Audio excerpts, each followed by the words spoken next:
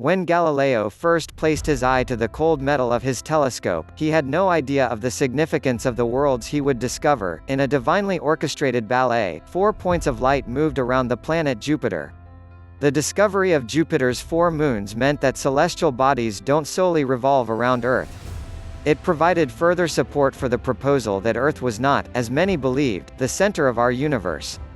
The discovery was so disturbing to the Christian Church that Galileo was subjected to an inquisition and forced to spend the rest of his life under house arrest.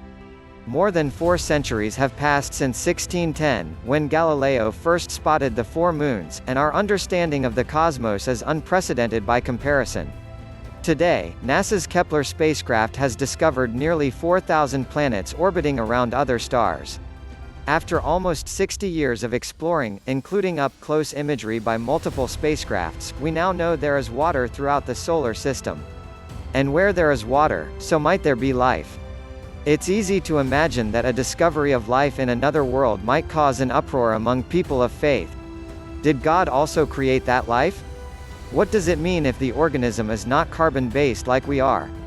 This idea, that we are the main thing going on and everything revolves around us, has shaped a lot of attitudes in the monotheistic religions, says Dr. Richard Mouw, an evangelical Christian and theologian at Fuller Seminary in Pasadena, Calif.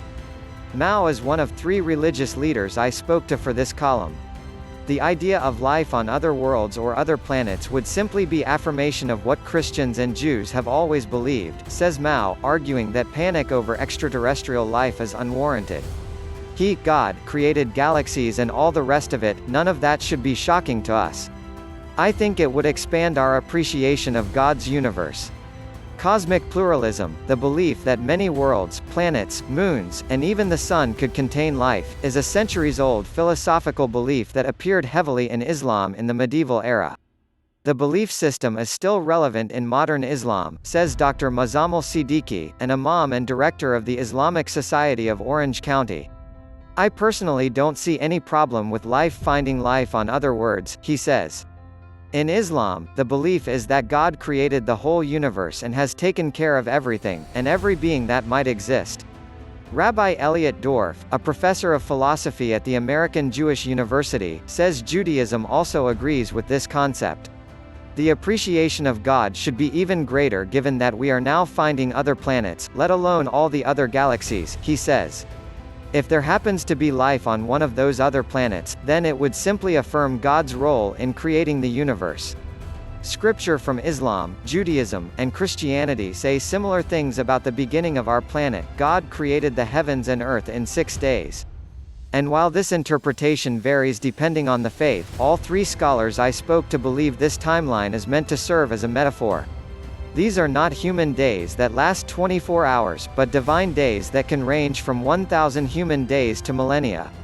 Interpreting the texts non-literally allows room for the expansion of the universe, the birth and death of stars, planetary formation, and evolution on Earth. It also makes room for life to exist on another planetary body. Intelligent life, however, might pose a different issue altogether.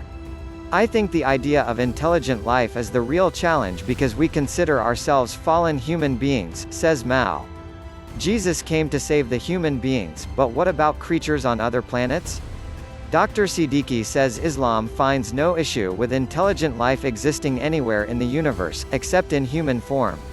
Human beings are on Earth, and God created human beings for Earth, he says. So nobody believes that there are human beings on other planets, but other creatures or bacterial life, yes. The Quran specifically states that humans are designed as we exist now, and created solely for Earth, says Dr. Siddiqui. This is why, he says, many Muslim people don't accept evolution. Intelligent life, generally, could very well exist in Islam. We know very little of the creation of God, but there is a vast kingdom, says Siddiqui. Rabbi Elliot says that if we are ever contacted, I think it would expand our appreciation of God's universe. We ought to be thinking about how to educate people of faith for the very real possibility that we will discover life. When 84% of the world's population believes in God and subscribes to a religious belief, it's important to anticipate what people's reactions to extraterrestrial life might look like. NASA has taken this question seriously. In 2016, the agency awarded a $1 million grant to the Center for Theological Inquiry in Princeton, NJ. Several theologians were tasked with thinking about how finding life could affect the ways that a majority of believers, particularly Christians, will think about God. The announcement of the grant caused controversy, with critics fearing that NASA was siding with Christian beliefs and not taking into account other faiths' views.